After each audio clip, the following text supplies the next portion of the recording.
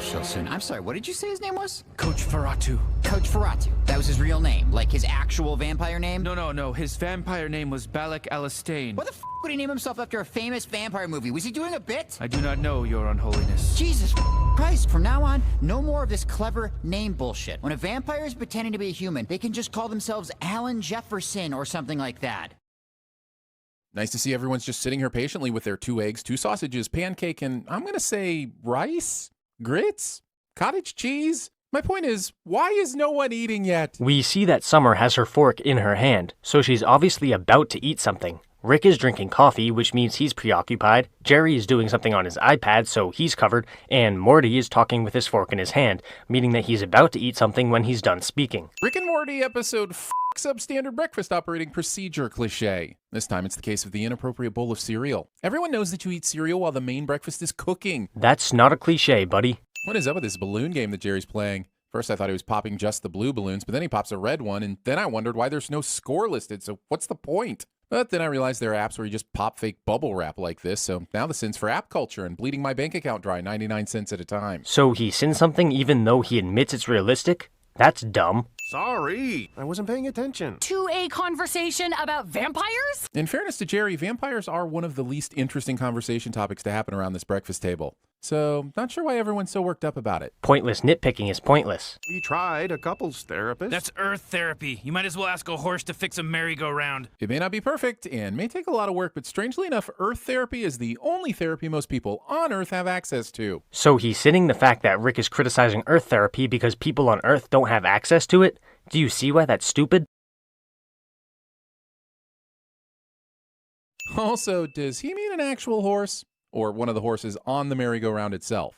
I suppose one is as ridiculous as the other, but both prove the point he's trying to make. But this is an oddly specific example of futility, and sometimes I just want to know where this comes from. What the hell? He admits that both meanings work, but then still sins it. You can't make this shit up. I booked you for a 2-day intensive at Nuptia 4, the galaxy's most successful couples counseling institute. This place has a 100% success rate at fixing marriages and is open to the entire galaxy. But somehow Rick was able to book them in with 0 notice. Like the episode states, this is an alien therapy program, meaning that it probably has more employees and better availability than Earth therapy would. My shoe fits up your ass. You wish.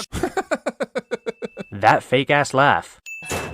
Character closes a door and is scared by a younger asshole clone of their grandfather standing behind it. Cliché. Yeah, that's a pretty egregious misuse of the term cliché. The next step is to watch your mythologues interact together. And big surprise, it's never pretty. Is a battle between the physical manifestations of your deepest and most uncensored thoughts about your significant other really the sort of thing that should be aired in front of complete strangers? In what way is that therapeutic for anybody? I don't know. Nobody really knows. But what I do know is that this is a cartoon about alien marriage counseling, so stop trying to make sense of it.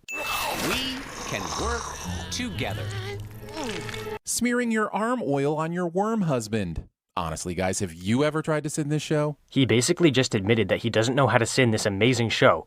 I mean, at least he's self-aware. Modesty hands. Discount Jeremy wants to see some Rick dick. Also, this works. Seriously, was the wall matching color of this giant f***ing gloop ball really enough to hide it? He asks if the camouflage was enough to hide the mythologue while showing a scene of said mythologue successfully hiding. Therefore, the answer is yes. Is anybody listening? Can anyone understand? Stop looking at me like that and actually help me. Rhyming understand with help me. Hey, that's one of my recurring sins in my music video Sins series. You can't just steal ideas from me. It's not like I would ever do that. I mean, at least I'm self-aware. Surely a race this advanced has the ability to present these murderous marital monstrosities as harmless holograms. They'd still be able to observe how they interact without the risk of all this maiming. Then again, I suppose that'd mean this B-plot would actually end up being about the complexities of dealing with long-term relationships. And then we'd be in danger of actually learning something. F*** that noise, continue the smashing and slicing. Exactly. This is a comedy, not a drama. Stop acting like you actually want there to be a lesson. What the hell kind of relationship do you have? I mean, you just screamed. They're codependent! So, are you being rhetorical here? Has your universally lauded marriage counseling service never dealt with codependency? That's the joke. Earlier, these creatures called our planet Earth, as if they didn't know how to pronounce Earth. But the entire map is in English. Make up your mind, ridiculous animated comedy show. The ridiculous animated comedy show doesn't have to make up its mind because it's a ridiculous animated comedy show. If you can find one too, we should be safe for hours, maybe days. There is so much room in this panel for both of them that even Jack and Rose are scoffing at Jerry right now. Yeah, but Jerry is an idiot, so there's really no need for you to be acting as if he should be thinking this through. Tiny Rick! This episode says Tiny Rick more than the Pickle Rick episode says Pickle Rick. I feel like the writers may be overcompensating for something here. Tiny, pickle. Says you've got 2 inches max. Stacking your cups this high is just asking for some asshole kid to accidentally knock them over as a distraction to put some special ingredient in the punch bowl. Shorter cup stacks are the road to true sobriety, friends. Discount Jeremy supports sobriety. Also, pointless nitpicking is pointless. Let me out! Let me out! This is not a dance! This sin goes out to the Rick and Morty fan who rocked this dance at his local club, thinking everyone would think it was hilarious, forgetting that Rick and Morty Uber fans are a much smaller subset of humanity than you might think, and was mocked and embarrassed and could never show his face again at Alan's anticipation station, and it's me. That was cringy. And not very funny. You're a great student. The fact that you're an 80-year-old man in a clone body never bothered me. But it really should. Why is everyone even aware of this, let alone okay with it? And how has Rick managed to prove himself as a great student? He's only been there since this morning, and I don't think he's even been to any classes. And if he has, why? He's meant to be hunting vampires. How can one sentence contain so much sin? Jesus Christ, you've already sinned plenty of other episodes, so you already know that Principal Vagina is, a strange character to say the least, so I really don't know why you're sinning this. And besides, all of this is said as a joke. Stop taking shit too seriously. I'm here to save you, or my name isn't Jerry Smith. Aha! Yes! Jerry Smith!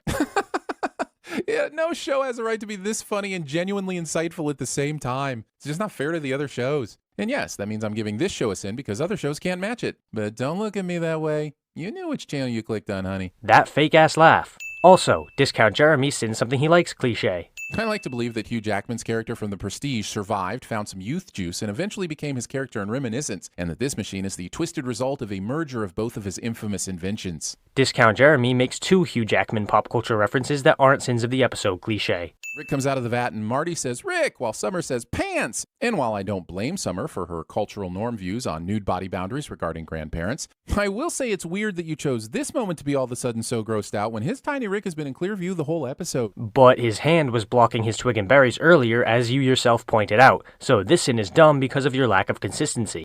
Why go through all of the effort of strategically covering the Rick if you're just going to blur it anyway now? Is there a set budget of blurs per episode? Oh, so you do remember that earlier sin. Funny that you still let the previous one slide then.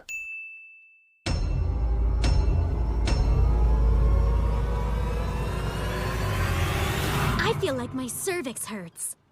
I feel pride